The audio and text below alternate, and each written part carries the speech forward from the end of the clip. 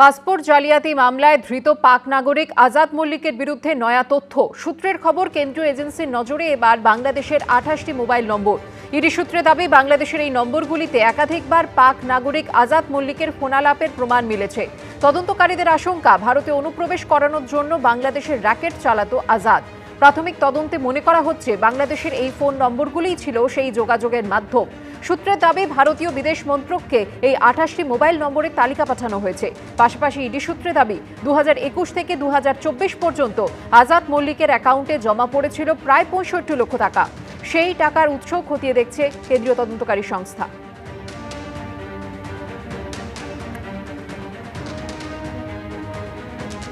লাগাতার বৃষ্টিতে কোথাও ভূমিধস, কোথাও মাটির বাড়ি ধসে রাজ্যে 3 জনের মৃত্যু হয়েছে। অন্যদিকে কয়েকদিনের টানা বৃষ্টিতে ডিভিসি জল ছাড়তে শুরু করায় জল ভোগান্তি চলছেই। হুগলির খানাকুলে রাস্তায় নেমেছে নৌকা। প্লাবিত হয় প্রায় 4টি গ্রাম পঞ্চায়েতের একাধিক গ্রাম।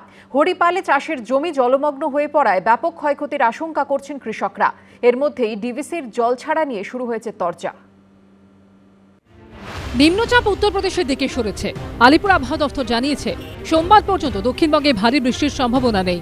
তবে বিক্ষিপ্তভাবে কোনো কোনো জায়গায় বজ্রবিদ্যুৎ সহ বৃষ্টি হতে পারে। তবে বৃষ্টি কমলেও হুগলিতে জল যন্ত্রণার ছবিটা একই রকম। খানাকুলে রাস্তায় চড়ছে নৌকা। রূপনারায়ণ ও মুন্ডেশ্বরী নদীর জলে ডুবেছে 4টি গ্রাম পঞ্চায়েত এলাকার প্রায় 20টি গ্রাম। সবথেকে বেশি ক্ষতিগ্রস্ত হয়েছে খানাকুলের মারোখানা গ্রাম পঞ্চায়েত এলাকা। জমির ফসল জলের তলায় চলে গেছে। ঘরবাড়ি, রাস্তাঘাটের পাশাপাশি ডুবেছে স্কুল। মারোখানা উচ্চ বিদ্যালয়ের ক্লাসরুমে জল থই থই করছে। শিখে উঠেছে পড়াশোনা। ট্রাক্টরে চড়ে যাতায়াত করছেন গ্রামবাসীরা। ত্রাণ নিয়ে ক্ষোভ বাড়ছে বানভাসী মানুষের। কিছুই পাইনি। যত যুগ বান হয়েছে তত যুগে কে বলবে, বলুক যে একটা তিরপল দিয়েছে আমাকে, আর আমি কিভাবে আছি খালি দেখে আসবে। চল, আমার তো ঘর ফসল ডুবে গেছে। আমি তো এমনি আমার ঘরে এতখানি করে জল, আমি সেই অবস্থায় আছি এখন। ওই জন্য আমি এমএলএ সাহেবের কাছে গেলুম, তো আমার তো কিছু পাইনি। বলে আচ্ছা যখন পরে আসে তখন। এর মধ্যেই চলছে রাজনৈতিক চাপানুতর। বন্যার পরিস্থিতি খারাপ আছে, কারণ প্রায় 10-15 দিন ধরে জলটা ঢুকে রয়েছে।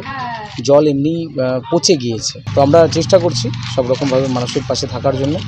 কিন্তু রাজ্য সরকারের যে ভূমিকা, গত বছর বন্যায় বাঁধগুলো ভেঙে গিয়েছিল, ভাঙা বাঁধগুলো না সারানোর জন্য আবার খানাকুল ডুবতে বসেছে। শুকা মরশুমে বাঁধ বাঁধার কথা, আর বাঁধের টেন্ডার হচ্ছে বর্ষার সময়।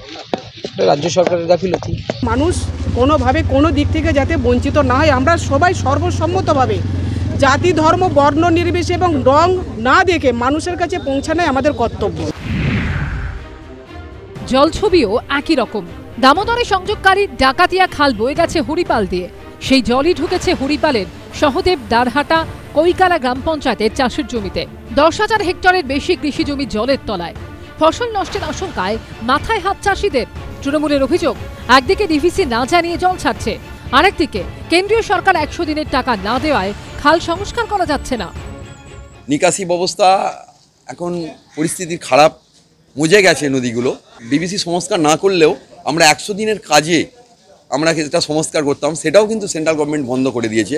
তার জন্য আমাদের আজকে এই ক্ষতির সম্মুখীন হচ্ছে।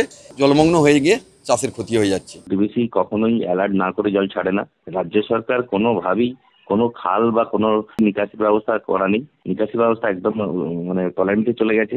যেভাবে খালের ওপরে আর অবৈধভাবে তৃণমূল আশ্রিত যারা নেতা মন্ত্রী ছোট ছোট আছে, অবৈধভাবে নির্মাণ কাজ করার কারণে ওখানে জল নিকাশি হতে পারছে না। এই চাপানুতরের মধ্যেই বৃহস্পতিবার জল ছাড়ার পরিমাণ বাড়িয়ে 55,000 কিউসেক করেছে ডিভিসি।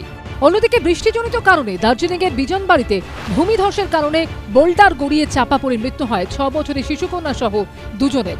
বাঁকুড়ার বর্জরায় মাটির বাড়ি ধসে মৃত্যু হয় প্রৌঢ়ের। এবিপি আনন্দ।